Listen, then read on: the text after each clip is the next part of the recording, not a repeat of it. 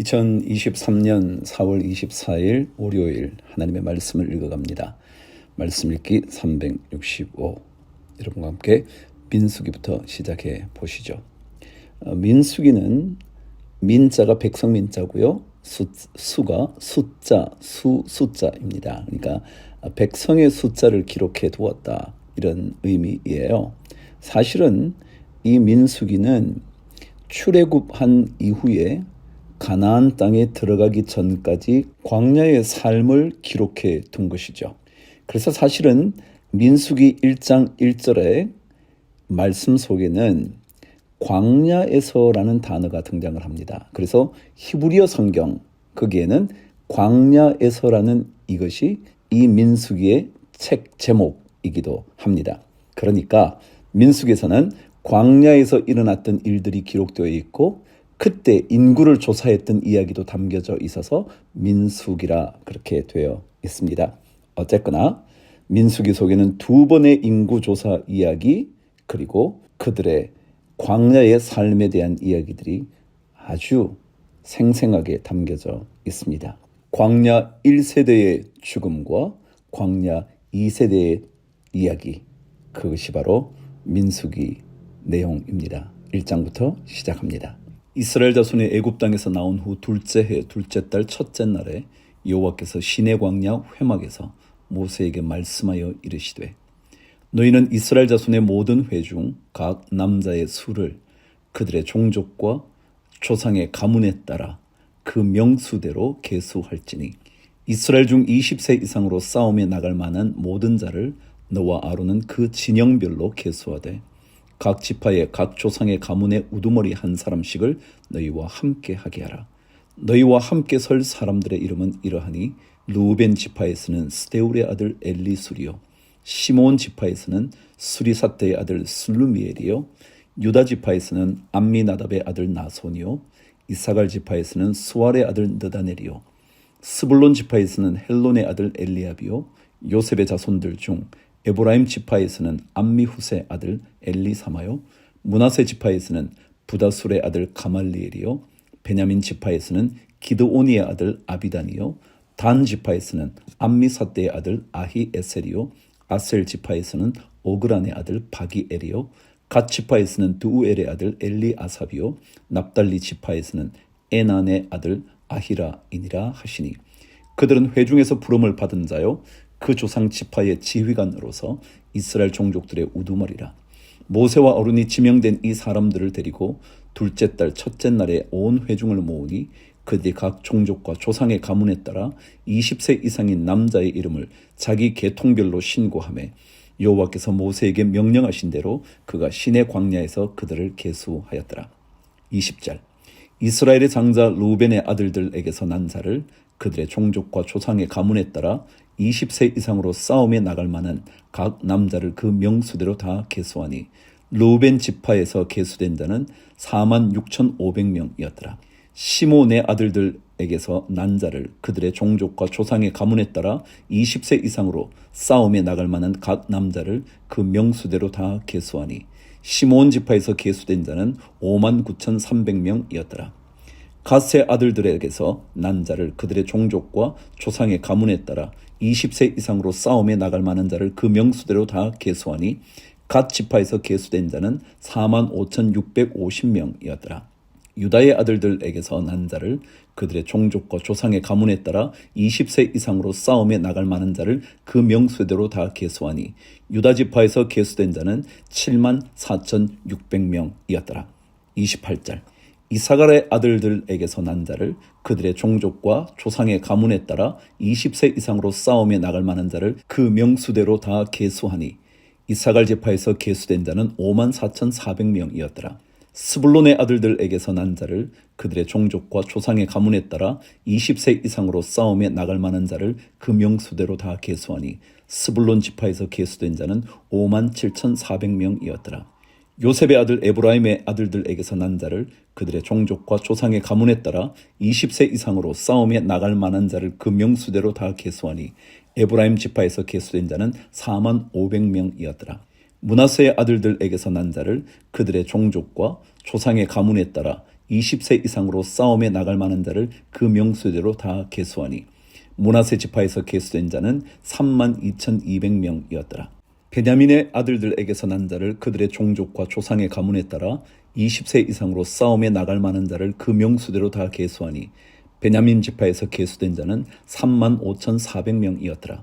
단의 아들들에게서 난 자를 그들의 종족과 조상의 가문에 따라 20세 이상으로 싸움에 나갈 만한 자를 그 명수대로 다 계수하니 단 지파에서 계수된 자는 62,700명이었더라. 아셀의 아들들에게서 난 자를 그들의 종족과 조상의 가문에 따라 20세 이상으로 싸움에 나갈 만한 자를 그 명수대로 다 계수하니 아셀 지파에서 계수된 자는 41,500명이었더라. 납달리의 아들들에게서 난 자를 그들의 종족과 조상의 가문에 따라 20세 이상으로 싸움에 나갈 만한 자를 그 명수대로 다 계수하니 납달리 지파에서 계수된 자는 53,400명이었더라. 이 계수함을 받은 자는 모세와 아론과 각기 이스라엘 조상의 가문을 대표한 12지휘관이 계수하였더라. 이같이 이스라엘 자손이 그 조상의 가문을 따라 20세 이상으로 싸움에 나갈 만한 이스라엘 자손이 다 계수되었으니 계수된 자의 총계는 60만 3,550명이었더라. 자, 여러분, 출애굽해서 광야에서 사람들을 세기 시작했어요. 인구 조사를 한 거죠. 그런데 누가 계수되었냐 하면 20세 이상 남자로서 전쟁에 나갈 만한 사람들이었어요. 그러면 이들이 20세 이상이라면 가족을 이루었을 가능성이 굉장히 많다면 기본적으로 120만 명 정도는 나왔을 거라는 거예요. 만일 4명 정도 가족을 이루었다고 친다면 적어도 200만 명이 넘었을 가능성이 많다는 거죠. 충분히 생각할 수 있는 숫자이죠. 자, 여기에서 가장 큰 지파가 유다 지파였습니다. 그리고 가장 작은 지파가 베냐민 지파입니다. 유다 지파는 74,600명이었고요. 베냐민은 35,400명이었습니다. 그러니까 적어도 3만 명 정도가 차이가 나는 거죠. 3만 명이 뭐예요? 4만 명 정도가 차이 나네요. 그렇죠? 나머지 모든 지파들, 그 지파들 어떤 지파보다 가장 작은 지파가 베냐민 지파예요. 그래서 나중에 사울이 가장 보잘것없는 지파 가문에서 나왔다. 그 말이 이런 말이에요. 그리고 레위 지파가 빠진 다음에 그 자리에 들어간 지파가 누구냐면 에브라임 지파입니다. 이는 누구냐 하면 바로 요셉의 아들이 므낫세와 에브라임이었는데 므낫세는 원래 한 지파를 차지했고요. 그리고 레위 지파 대신 요셉의 둘째 아들 에브라임이 그 한 지파 자리를 차지합니다. 그래서 12지파를 형성하고 있죠. 더군다나 진영별로 했다 그랬잖아요. 북, 남, 동, 서 이렇게 돼 있어요. 그래서 동쪽의 핵심이 유다, 서쪽의 핵심이 에브라임, 북쪽의 핵심이 단 지파, 남쪽의 핵심 지파가 르우벤 지파입니다. 지금은 잘 기억 못하셔도 좋은데요. 계속 이제 진영 이야기가 나와요. 그때 한번 생각해 보시면 되겠습니다. 자, 47절. 그러나 레위인은 그들의 조상의 지파대로 그 계수에 들지 아니하였으니 이는 여호와께서 모세에게 말씀하여 이르시되 너는 레위 지파만은 계수하지 말며 그들을 이스라엘 자손 계수 중에 넣지 말고 그들에게 증거의 성막과 그 모든 기구와 그 모든 부속품을 관리하게 하라. 그들은 그 성막과 그 모든 기구를 운반하며 거기서 봉사하며 성막 주위에 진을 칠지며 성막을 운반할 때에는 레위인이 그것을 걷고 성막을 세울 때에는 레위인이 그것을 세울 것이요 외인이 가까이 오면 죽일지며 이스라엘 자손은 막사를 치되 그 진영별로 각각 그 진영과 군기 곁에 칠 것이나 레위인은 증거의 성막 사방에 진을 쳐서 이스라엘 자손의 회중에게 진노가 임하지 않게 할 것이라. 레위인은 증거의 성막에 대한 책임을 지킬지니라 하셨습니다. 이스라엘 자손이 그대로 행하되 여호와께서 모세에게 명령하신 대로 행하였더라. 아멘. 레위인들은요 따로 임무가 있었어요. 그들은 전투에 나갈 만한 장정을 세지 않아요. 그들은 하나님의 성막과 성전의 일을 감당하게 했죠. 그게 제사장 직분을 맡은 가문들이었거든요. 자, 그 다음 시편 35편으로 넘어갈게요. 다윗의 시. 여호와여 나와 다투는 자와 다투시고 나와 싸우는 자와 싸우소서. 이것보다 더 승리의 비결이 어디 있겠어요? 나와 다투는 자가 하나님과 다투어야 하니까 말이죠. 믿음으로 그분께 인생을 맡기시죠. 방패와 손방패를 잡으시고 일어나 나를 도우소서. 창을 빼사 나를 쫓는 자의 길을 막으시고 또 내 영혼에게 나는 내 구원이라 이루소서. 내 생명을 찾는 자들이 부끄러워 수치를 당하게 하시며 나를 상해하려 하는 자들이 물러가 낭패를 당하게 하소서. 그들을 바람 앞에 겨와 같게 하시고 여호와의 천사가 그들을 몰아내게 하소서. 그들의 길을 어둡고 미끄럽게 하시며 여호와의 천사가 그들을 뒤쫓게 하소서. 그들이 까닭 없이 나를 잡으려고 그들의 그물을 웅덩이에 숨기며 까닭 없이 내 생명을 해하려고 함정을 팠사오니 멸망이 순식간에 그에게 닥치게 하시며 그가 숨긴 그물에 자기가 잡히게 하시며 멸망 중에 떨어지게 하소서. 내 영혼이 여호와를 즐거워하며 그의 구원을 기뻐하리로다. 내 모든 뼈가 이르기를 여호와와 같은 이가 누구냐? 그는 가난한 자를 그보다 강한 자에게서 건지시고 가난하고 궁핍한 자를 노력하는 자에게서 건지시는 이라 하리로다. 불의한 증인들이 일어나서 내가 알지 못하는 일로 내게 질문하며 내게 선을 악으로 갚아 나의 영혼을 외롭게 하나 나는 그들이 병들었을 때에 굵은 베옷을 입으며 금식하여 내 영혼을 괴롭게 하였더니 내 기도가 내 품으로 돌아왔도다. 내가 나의 친구와 형제에게 행함같이 그들에게 행하였으며 내가 몸을 굽히고 슬퍼하기를 어머니를 곡함같이 하였도다. 그러나 내가 넘어짐에 그들이 기뻐하여 서로 모이며 불량배가 내가 알지 못하는 중에 모여서 나를 치며 찢기를 맞이 아니하도다. 그들은 연회에서 망령되이 조롱하는 자 같이 나를 향하여 그들의 이를 갈도다. 주여, 어느 때까지 관망하시려 하나이까? 내 영혼을 저 멸망자에게서 구원하시며 내 유일한 것을 사자들에게서 건지소서.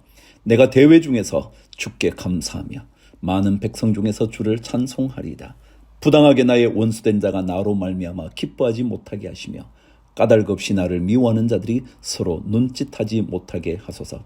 무릇 그들은 화평을 말하지 아니하고 오히려 평안히 땅에 사는 자들을 거짓말로 모략하며 또 그들이 나를 향하여 입을 크게 벌리고 하하 우리가 목격하였다 하나이다. 여호와여, 주께서 이를 보셨사오니 잠잠하지 마옵소서. 주여, 나를 멀리하지 마옵소서. 나의 하나님, 나의 주여, 떨치고 깨셔서 나를 공판하시며 나의 송사를 다스리소서. 여호와 나의 하나님이여, 주의 공의대로 나를 판단하사 그들이 나로 말미암아 기뻐하지 못하게 하소서.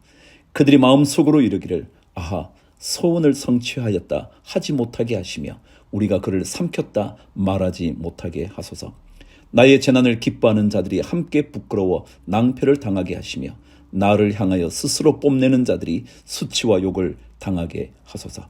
나의 의를 즐거워하는 자들이 기꺼이 노래 부르고 즐거워하게 하시며 그의 종의 평안함을 기뻐하시는 여호와는 위대하시다 하는 말을 그들이 항상 말하게 하소서.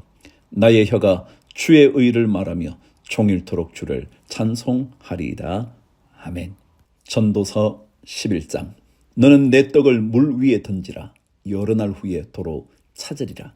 7에게나 8에게 나누어 줄지어다. 무슨 재앙이 땅에 임할는지 내가 알지 못함이니라. 여러분 어떠세요? 남을 도우는 일은 마치 물 위에 떡을 던지는 것과 같대요. 그런데 떡을 물 위에 던지면 어떻게 그게 되찾을 수 있겠어요? 근데 성경은 말해요. 여러 날 후에 도로 찾게 될 거래요. 놀랍지 않나요? 여러분, 남을 돕는 일은 절대로 헛되지 않습니다. 7에게나 8에게나 나눠주면 언제인가 우리의 고난의 때에 그것이 우리의 도움의 손길이 될지 모르거든요. 구름에 비가 가득하면 땅에 쏟아지며 나무가 나무로나 북으로나 쓰러지면 그 쓰러진 곳에 그냥 있으리라. 풍세를 살펴보는 자는 파종하지 못할 것이요 구름만 바라보는 자는 거두지 못하리라. 매번 살피기만 하고요. 제대로 하지 않는 사람은요. 구름 보면서 비 오면 어떡하지? 그런 사람들은 평생 아무것도 못한대요. 여러분 도전하세요. 잘 준비하고요. 도전하세요. 바람의 길이 어떠함과 아이 변자의 태에서 뼈가 어떻게 자라는지를 내가 알지 못함 같이 만사를 성취하시는 하나님의 일을 내가 알지 못하느니라. 여러분, 하나님이 어떻게 성취하실는지 모르면서 너무 두려워할 거 없잖아요. 하나님께 맡기면서 최선을 다하는 거죠. 너는 아침에 씨를 뿌리고 저녁에도 손을 놓지 말라. 이것이 잘 될는지 저것이 잘 될는지 혹 둘이 다 잘 될는지 알지 못함이니라. 빛은 실로 아름다운 것이라. 눈으로 해를 보는 것이 즐거운 일이로다. 여러분, 힘들면요, 나와서 하늘을 좀 쳐다보시고요, 밝은 해를 바라보세요. 그러면 살아가는 힘이 주어지게 될 거예요. 사람이 여러 해를 살면 항상 즐거워할지로다. 그러나 캄캄한 날들이 많으리니 그 날들을 생각할지로다. 다가올 일은 다 헛되도다. 청년이여, 내 어린 때를 즐거워하며 내 청년의 날들을 마음에 기뻐하여 마음에 원하는 길들과 내 눈이 보는 대로 행하라. 그러나 하나님이 이 모든 일로 말미암아 너를 심판하실 줄 알라. 여러분, 마음에 원하는 것 하시면 된대요. 그런데 주의하셔야 돼요. 하시되 하나님께서 그것으로 인하여 심판하시게 된다는 것, 그것 또한 기억하면서 정직하고 성실하게 하나님을 바라보면서 열심히 하라는 거예요. 그런즉 근심이 내 마음에서 떠나게 하며 악이 내 몸에서 물러가게 하라. 어릴 때와 검은 머리의 시절이 다 헛되니라. 아멘. 디도서 3장. 너는 그들로 하여금 통치자들과 권세 잡은 자들에게 복종하며 순종하며 모든 선한 일 행하기를 준비하게 하며 아무도 비방하지 말며 다투지 말며 관용하며 범사에 온유함을 모든 사람에게 나타낼 것을 기억하게 하라. 우리도 전에는 어리석은 자요, 순종하지 아니한 자요, 속은 자요, 여러 가지 정욕과 행락의 종노릇한 자요, 악독과 투기를 일삼은 자요, 가증스러운 자요, 피차 미워한 자였으나 우리 구주 하나님의 자비와 사람 사랑하심이 나타날 때에 우리를 구원하시되 우리가 행한 바 의로운 행위로 말미암지 아니하고 오직 그의 긍휼하심을 따라 중생의 씻음과 성령의 새롭게 하심으로 하셨나니 우리 구주 예수 그리스도로 말미암아 우리에게 그 성령을 풍성히 부어주사 우리로 그의 은혜를 힘입어 의롭다 하심을 얻어 영생의 소망을 따라 상속자가 되게 하려 하심이라. 디도에게 보낸 편지에서 사도 바울은 구원의 길이 어떤 것인지 분명하게 알려주죠. 우리를 구원하시되 우리가 행한 바 의로운 행위로 말미암지 아니하고 오직 그의 긍휼하심을 따라 중생의 씻음과 성령의 새롭게 하심으로 하셨다. 디도서 3장 5절이에요. 이 말이 밉부도다. 원하건대 너는 이 여러 것에 대하여 굳세게 말하라. 이는 하나님을 믿는 자들로 하여금 조심하여 선한 일을 힘쓰게 하려 함이라. 이것은 아름다우며 사람들에게 유익하니라. 그러나 어리석은 변론과 족보 이야기와 분쟁과 율법에 대한 다툼은 피하라. 이것은 무익한 것이요 헛된 것이니라. 이단에 속한 사람을 한두 번 훈계한 후에 멀리하라. 이러한 사람은 내가 아는 바와 같이 부패하여 스스로 정죄한 자로서 죄를 짓느니라. 내가 아데마나 두기고를 내게 보내리니 그때에 내가 급히 니고볼리로 내게 오라. 내가 거기서 겨울을 지내기로 작정하였노라. 율법 교사 세나와 및 아볼로를 급히 먼저 보내어 그들로 부족함이 없게 하고 또 우리 사람들도 열매 없는 자가 되지 않게 하기 위하여 필요한 것을 준비하는 좋은 일에 힘쓰기를 배우게 하라. 나와 함께 있는 자가 다 내게 무난하니 믿음 안에서 우리를 사랑하는 자들에게 너도 무난하라. 은혜가 너희 무리에게 있을지어다. 아멘. 이사야 6장 구약 말씀을 읽을게요. 이사야 6장에는요. 이사야 선지자를 하나님의 사명을 맡은 자로 부르시는 이야기가 담겨져 있어요. 그리고 그가 언제부터 그의 사역을 시작하게 됐는지 오늘 6장 말씀은 알려줍니다. 한번 들어보시죠.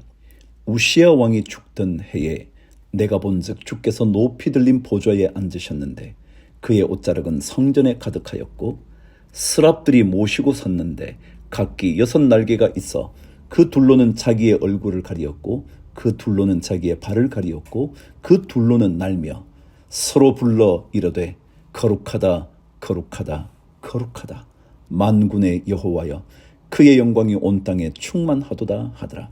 이같이 화답하는 자의 소리로 말미암아 문지방의 터가 요동하며 성전의 연기가 충만한지라. 그때 내가 말하되 화로다 나여 망하게 되었도다. 나는 입술이 부정한 사람이요 나는 입술이 부정한 백성 중에 거주하면서 만군의 여호와이신 왕을 배웠음이로다 하였더라. 우시아가 죽던 그 해 대략 BC 740년경이에요.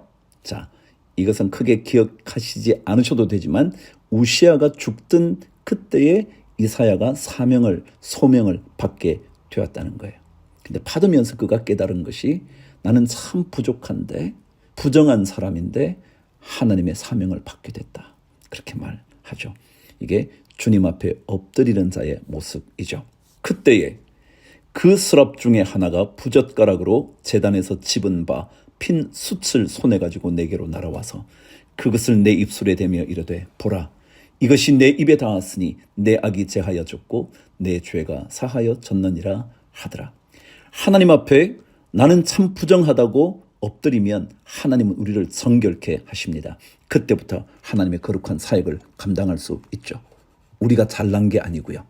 8절 내가 또 주의 목소리를 들으니 주께서 이르시되 내가 누구를 보내며 누가 우리를 위하여 갈고 하시니 그때에 내가 이르되 내가 여기 있나이다 나를 보내소서 하였더니 여호와께서 이르시되 가서 이 백성에게 이르기를 너희가 듣기는 들어도 깨닫지 못할 것이요 보기는 보아도 알지 못하리라 하여 이 백성의 마음을 둔하게 하며 그들의 귀가 막히고 그들의 눈이 감기게 하라. 염려하건대 그들이 눈으로 보고 귀로 듣고 마음으로 깨닫고 다시 돌아와 고침을 받을까 하노라 하시기로 내가 이르되 주여 어느 때까지니까 하였더니 주께서 대답하시되 성읍들은 황폐하여 주민이 없으며 가옥들에는 사람이 없고 이 토지는 황폐하게 되며 여호와께서 사람들을 멀리 옮기셔서 이 땅 가운데에 황폐한 곳이 많을 때까지니라. 그 중에 10분의 1이 아직 남아 있을지라도 이것도 황폐하게 될 것이나 밤나무와 상수리나무가 배임을 당하여도 그 그루터기는 남아 있는 것 같이 거룩한 씨가 이 땅의 그루터기니라 하시더라. 아멘. 이사야가 하나님의 말씀을 전한단 말이죠. 그런데 이 백성들이 마음이 닫혀져서 들어도 듣지 않으려고 했고요. 받아들이려고 하지 않으려고 했고요. 눈으로 보았지만 마음으로 깨달으려고 하지 않았어요. 이것이 바로 완악한 그들의 마음을 표현해 주는 거죠. 그러나 만일 하나님께서 그들을 건지시기로 작정한 그 은혜의 메시지만은 절대로 놓치지 말아야 하고 그것이 반드시 있다는 것을 하나님은 그루터기를 통하여 설명한 거예요. 그들이 듣지 않는다고 다 망하는 게 아니에요. 듣지 않지만 하나님은 그루터기를 남겨주셔서 그들을 통하여 다시 회복시키신다는 거죠. 오늘도 회복시키실 그루터기의 은혜가 우리 모든 성도에게 꼭 있게 되기를 축복합니다. 주를 위하여 화이팅!